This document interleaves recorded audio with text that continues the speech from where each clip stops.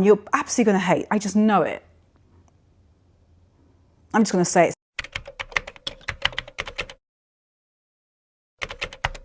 Are we on? Let's get the chair back. Hello, my loves. Hi. Okay, so I think I need to bring this back just a teeny weeny bit. Oh my God, this is so heavy. Hi, my loves. Happy New Year. Happy New Year. I'm just sorting out this rug because I'm trying to bring this chair back because I'm going to sit in this chair to talk about you. By the way, how do you love our new chair? I picked this up in a store in Brooklyn and I absolutely love it. It's for the bedroom. But I thought I would do a video, on 2025 predictions for the year. But they're basically going to be things that I think will make sense. I want to explain the whys, and it's just things that I'm just observing in general. By the way, how was your 2024? How was your Christmas? How was your New Year? We stayed at home. God, I feel like I just keep bringing this down. Is that better? We stayed at home. We just chilled out. We relaxed. It was just, we were here. We were at home. We're not in this room, but we were here in the house and just chilling. And we saw fireworks like locally in the neighborhood, which was nice.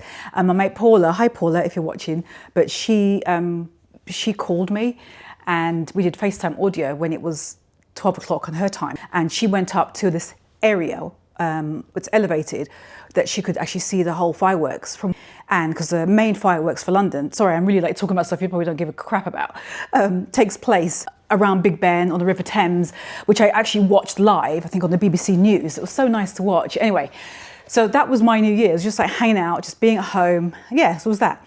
But anyway, so I thought I would do a video and I hope you're all well. Let me know what you did actually for New Year's. We tend to always stay in for New Year's. We don't go out. It's way too expensive anyway. Everything is like quadruple the price and the quality is usually not there either. So that's why we just, prefer to just stay in. But that aside, I thought I would do a video on the trends for 2025. The reason there was no video last week is because I was just chilling out and just relaxing between Christmas and New Year's. So in no particular order, because I am working on a project with a brand which touches on the trends of 2025. And so I thought, actually, why not I just make a video of this, like a chit-chatty video, and I can just show you on screen overlays of what I'm talking about. Like I say, in no particular order, because I've literally had them just jotted down on my phone. Now, this first one, you're absolutely going to hate. I just know it. I'm just going to say it, skinny jeans. I honestly think that in 2025, we are going to see that coming. Now, this video is not about, do you like what I'm saying? I'm just saying what I think is going to be coming out for this year. That's really what this is. So I am sure 99.99999% of you are obviously going to hate this particular one. But I honestly do think we're going to see a return to a slender, slimmer silhouette. I think this past year has been, or past 12 months rather, has been a lot of wider silhouettes. Don't get me wrong, if you love rocking a wide leg, it will still be there. You wear what you want. These are trends, and trends aren't for everyone to suddenly adopt. It doesn't mean, oh, that's what's trending, therefore I have to ditch what I have and suits me and wear that instead. That's not what it is. Don't be a sheep. This is just me telling you what I think the fashion brands and industry is going to be choosing to sort of zero in on and to market to the whole world as being like, oh, this is the latest and greatest in terms of silhouettes and patterns, etc. And I do think that they will have skinny jeans or a skinny pant in there. And the reason why is because it's that yin and yang, right? Because I feel like you often see the fashion industry is very cyclical, as a lot of us know, and it also tends to show what is, they like to go the opposite to what was before. So that's why I'm saying skinny jeans. And I think you may not see as much for the spring, summer, but I do think you're going to see a lot of it for the fall, winter. And the reason why is this. This is in my personal opinion. It's because I think the flattering way to wear a skinnier jean and a skinnier shape, and I personally do like them, if worn in the way I'm describing, is with something that's oversized on top. And especially if that jacket, for example, hence why I'm saying this is going to be hitting more in the fall and winter, it's just going to cover that part of most of us, which is after our waist is the hips, right? And then it sort of tapers down to our ankles. sort of, roughly, right? So I think once you have like that blazer or that oversized sort of long line jacket that hits at the area that goes past that wider part of you, and you just have like the skinnier part of your leg, I think that is what you're going to see adopted by the fashion houses in terms of like promoting, styling it is going to be that way. And that's personally the way that I like it. I actually have a skinnier jean silhouette that I'm personally on the hunt to find now. And I usually find that in the men's section. So I'm going to be going very soon to the shops and I'm going to see if I can find it. It's, and you're going to hate this. And I'm not going to add this as a fashion prediction for this year, but it's just something that I personally like, which is, I think you call them a harem pant. You know, where it's a drop crotch basically, but I love the jeans version of that where it's a skinnier leg, but it's a harem drop crotch. I love those. I think they're so cool. I used to own a pair and it had like signature ribbing to mimic motor jeans or on here, and it was charcoal grey. I don't know what I did with them. I think I must have purged them by mistake. I do say that because I really wish I'd held on to them, but it doesn't matter. They're gone now. I honestly think that that is something that's going to come back as far as in my wardrobe is concerned. Secondly, let's see, corduroy. Now, this is something that I haven't seen anywhere, I don't think. I think that we're going to see, because it's something that you're not seeing so much, or haven't, for the last 2-3 seasons, I would say, from the fall and winter. I think we're going to see designers are going to also think, oh yeah, well, we've not seen that, let's bring that back. Corduroy. Corduroy is like suede. It's one of those perennial materials. And I do think it's going to be coming this year. It's noticeably, to me, absent. And when that happens, that usually means that you will see, at least to me, you will notice it coming back.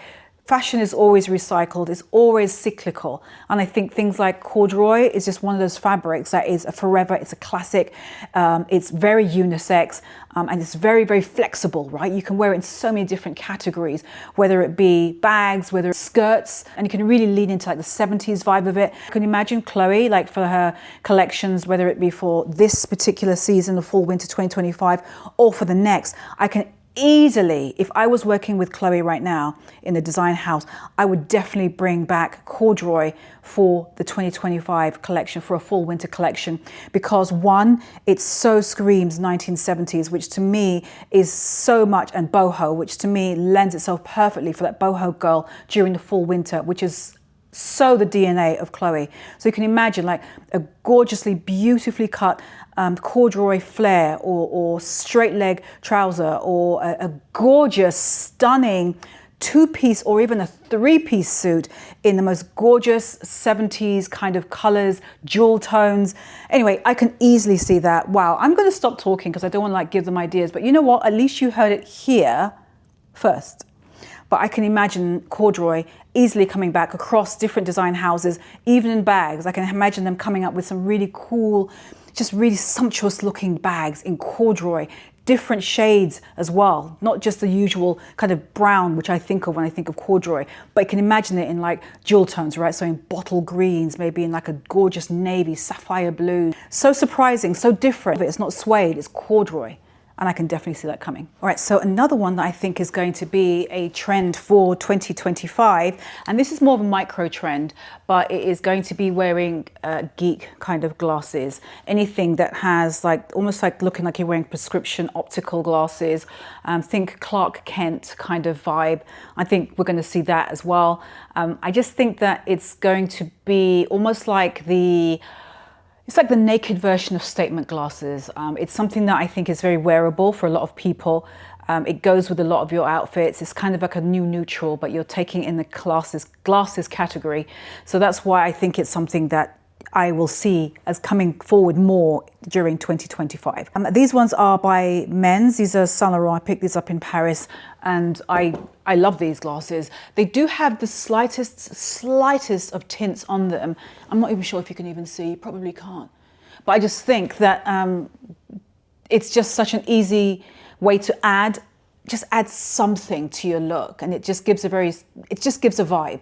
And if you want that aesthetic, if you want that look, then it's fine. And I think it's very fun as well. And that's really it. So I think that is something we're going to see more of in 2025. I think it can start as early as the spring and move forward into the fall, winter, because I think this is very much a year-round kind of look. And it can kind of just, it can almost become your signature look in a way, if you want it to. And you can get different types of glasses in terms of, do you want it to have a slight shade, no shade? Do you want it to be quite oversized like these ones are? Or do you want it to be like more like a, not plastic frame? Do you want something maybe like as a metal frame, like a Ray-Ban type of glass, for example? I think an aviator that's just clear, that to me is like the most classic optical, cool looking kind of glasses to wear. Another thing that I think we're going to see in 2025 are, in terms of prints, I think we're going to see a return or just a resurgence in two prints in particular, and they're both animal print. And one is going to be leopard and one is going to be zebra print. These are, to me, classics.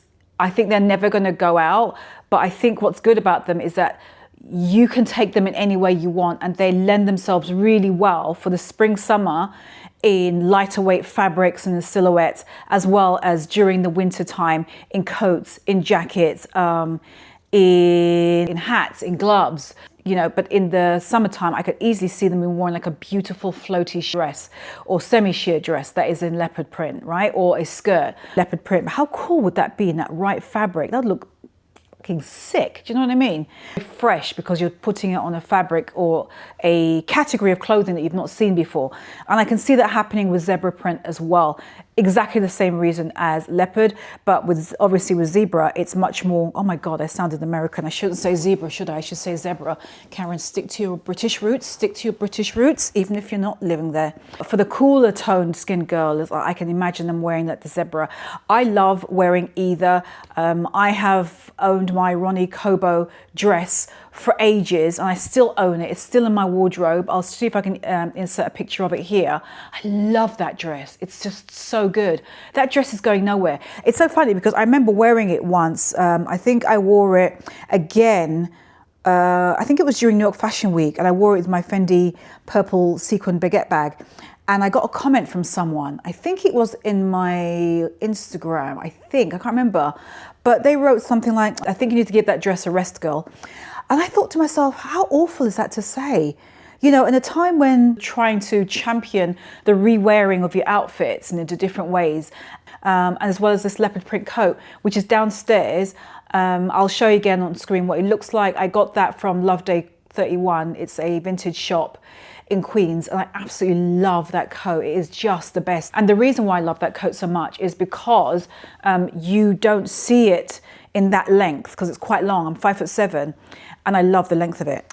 I think in terms of bags, we are, oh God, what's happened here? So we're still going to see the interest in larger bags. That's still going to be around, as well as the East-West bag.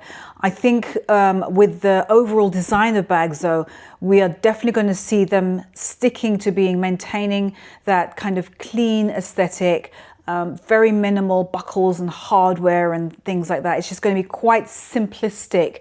And it's going to keep that, I hate to say the word quite luxury, but almost like a diluted version of that is going to be coming through into this year. So you're still going to see like your larger bags. So don't ditch any of your larger bags if you have them. I still think they're going to be around.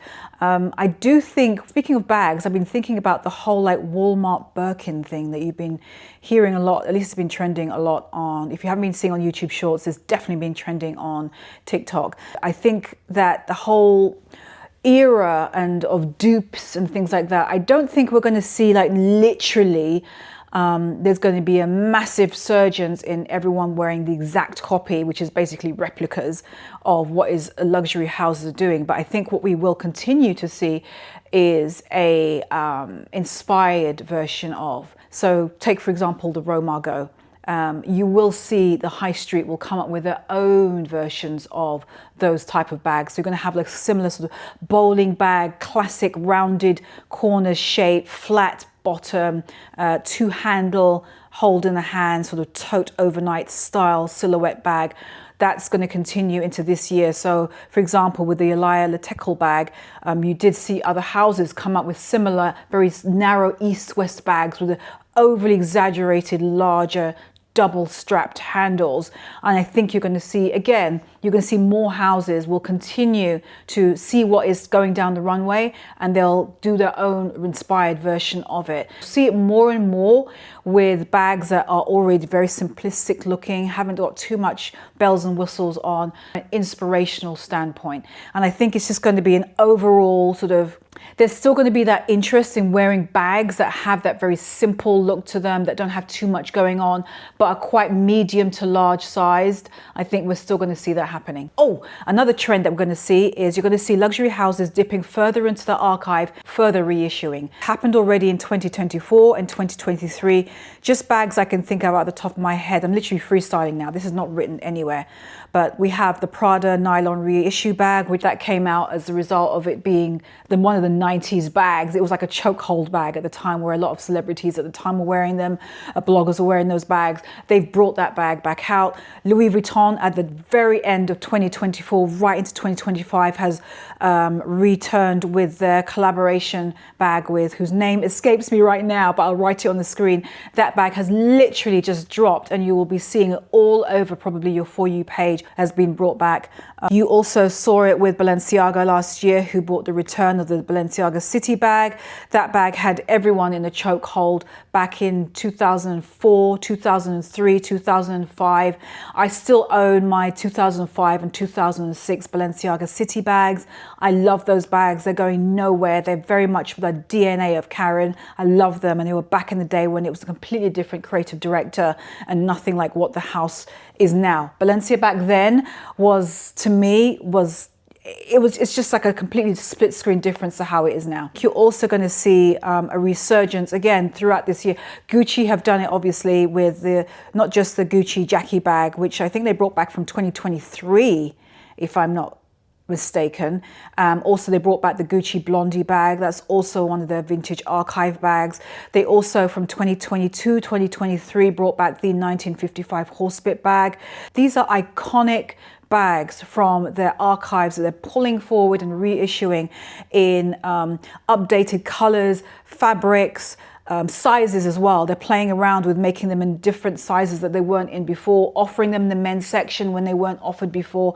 But that is now just a reflection of the times, where there's much more of a front-facing acceptance of gender fluidity in shopping from the men's and the women's section. So, and as a result of that, you're seeing the design houses responding and making the Gucci Blondie bag, but a men's version, and put it in that section. That's happened before with the Gucci Jackie, where they had a men's version from over there as well. And you're going to keep seeing that. Saint Laurent is known for doing that with their genderless shopping. I remember talking to them last year, and they were just saying that they're responding to who their customers are, which is the men's shopping in the women's section, whether it be for like the sheer pussy bob blouses. So they created them from the women's, but they brought it into the men's and offered it to them. And vice versa. Women will go and shop in the men's section, which I've always been doing since day dot. And they're pulling from the men's outerwear. Men's shoes, for example, from Saint Laurent. There's a pair that I styled on my TikTok recently, and they are pointy shoe. I'll show you on the screen here. And those shoes with the white toe and that little kind of like very pointy skinny heel, kitten heel, that, believe it or not, is a men's shoe from the Saint Laurent shop in Paris. It just goes to show the gender fluidity. They created that shoe for men because they noticed that a lot of their customers were shopping for that style shoe in the women's section and couldn't get it in their size. Just an example. I think for 2025, we're going to continue to see more and more of that gender fluid kind of shopping, of like everyone just shopping in each section, because the design houses are actually creating for both. I think that the oversized silhouette is definitely still here to stay, but I think you're going to see a return to less huge, oversized coats and blazers. And I actually personally like them. I actually love that silhouette. I always have. So I personally will probably always wear those because I just think it's very me, it's very Karen. But I can think from a 2025 observational standpoint in terms of trends, I can imagine that we're going to see a lessening of those shoulder pads, a lessening of that kind of really almost extreme oversized look. You're going to see something that's much more slimmer, tailored, a little bit more refined, much more classic leaning. It will still be a little bit oversized, but you're going to see that middle ground between sharply tailored and oversized and slouchy. I think we're going to see women wanting that need to wear something like, oh, I've got all my oversized pieces already. Give me something that's a bit more sort of, yes, it can be slightly, but make it more classic, make it more tailored.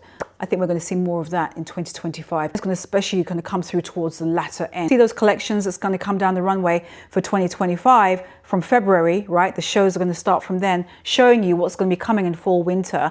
I think we're going to see that return to that slightly more tailored, sharper silhouette. Those are my predictions, short and sweet, for 2025. Let me know if you agree with any of what I have said. I'd love to hear your thoughts as well. What do you think are going to be some trends that we're going to see from 2025? Are there any things you think is going to be carrying over from this past 12 months that's going to be coming through into 2025? What are you looking forward to seeing the most? For me personally, I am looking forward to seeing, oh, and this is so typical for me, but that's because I love vintage. I'm looking forward to seeing more luxury houses releasing from their archives. I want to see the return more of appreciating, they're looking back, they're going into the vaults, right? Because there's a few design houses that have some deep closets of things that they've created over the years, Hall of Fame pieces. I want to see more of those coming through and being reissued and brought up to date into this year. And I would love to see them in different colorways, maybe fabrics we've never seen before, different sizes we've never seen before. So anyway, that's my number one, because I'm a bit of a bag girl anyway, as well as shoes. But I think that is the number one that in terms of a bag aesthetic, I would love to see. Not so much necessarily a new bag, but give me something that's from the archive, but give it to me in a brand new way so I can fall in love with that again. But let me know your thoughts. By the way, what do you think is going to be coming back that hasn't been released from a bag category? I'm thinking Fendi Spy, yes. I think the Chloe Paddington, I don't think that bag has been brought back, and I can imagine possibly. I think the Fendi Spy is a massive one, because I think there was a point where everybody was really into the Fendi Spy. Heck, even I was, and I can imagine that coming back. Anyway, I'm going to go, but let me know your thoughts about 2025, and I will see you for next Friday. Do not forget, I'm always on TikTok and Instagram. TikTok is where I'm living at the moment, but like I've always said, if you don't have TikTok, you can always check those TikToks on my YouTube shorts. Those are the short vertical videos, because I end up posting them there anyway. 90%, not all of them, about 90% of my TikToks end up on my YouTube shorts. But I will see you next week, Friday. Give this video a thumbs up if you got some inspiration about what is coming out for 2025. Some of these are things that I've noticed that people are talking about, but a lot of them are things that I've just been thinking of myself that to me just makes sense of what I think is going to be coming out for this year. Don't forget to subscribe if you liked this kind of videos, chit-chatties, as well as like vlogs and show style outfits, because I love doing stuff like that. See you between this video and the next on TikTok and on Instagram. All right, my loves, take care. Happy New Year. Have a blessed, have a peaceful New Year. Manifest. Write down what you think you want to have, or want to, not even think, but you want to have for this year. What is it that you're thinking of? Maybe you already know it here, what it is that you want. Keep it in a safe place, feel it, and remember it. I'm going to go. I feel like I'm going off on a tangent into slight spirituality as well. Bye.